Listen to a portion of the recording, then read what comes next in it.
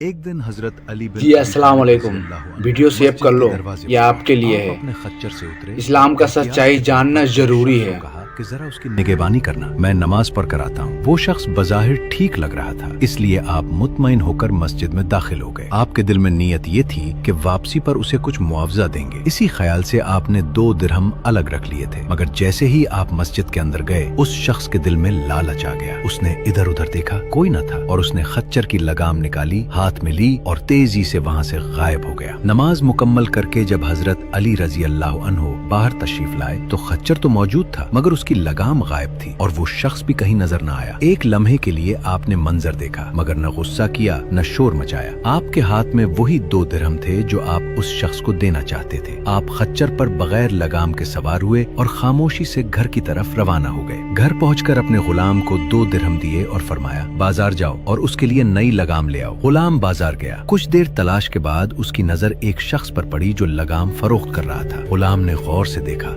وہی لگام تھی۔ اس نے پوچھا، یہ کہاں سے آئی؟ بیچنے والے نے بے پرواہی سے جواب دیا، کسی نے ابھی مجھے بیچی ہے، 2 درہم میں لے لو اگر چاہیے۔ غلام نے وہ لگام خرید لی اور واپس آ کر سارا واقعہ حضرت علی رضی اللہ عنہ کو سنا دیا۔ یہ سن کر آپ نے گہری بات فرمائی، انسان کبھی کبھی اپنی جلد بازی اور بے صبری کی وجہ سے اپنے لیے حلال رزق کو بھی حرام بنا لیتا ہے۔ پھر فرمایا، میں نے اسی شخص کو یہ 2 درہم دینے تھے، اگر وہ صبر کرتا تو یہ رقم اسے جائز طریقے سے مل جاتی، مگر اس نے جلدی کی، خیانت کی، اور وہی رزق جو اس کے لیے حلال تھا اس نے اسے اپنے لیے حرام بنا لیا۔ یہ الفاظ صرف ایک واقعے کی وضاحت نہیں تھے، بلکہ زندگی کا اصول تھے۔ اکثر انسان سوچتا ہے کہ اگر وہ تھوڑی سی چالاکی کر لے، جلدی فائدہ اٹھا لے تو اسے زیادہ مل جائے گا، مگر حقیقت یہ ہے کہ جو اللہ نے لکھ دیا ہے وہ وقت پر اور درست طریقے سے ہی ملتا ہے۔ یہ واقعہ ہمیں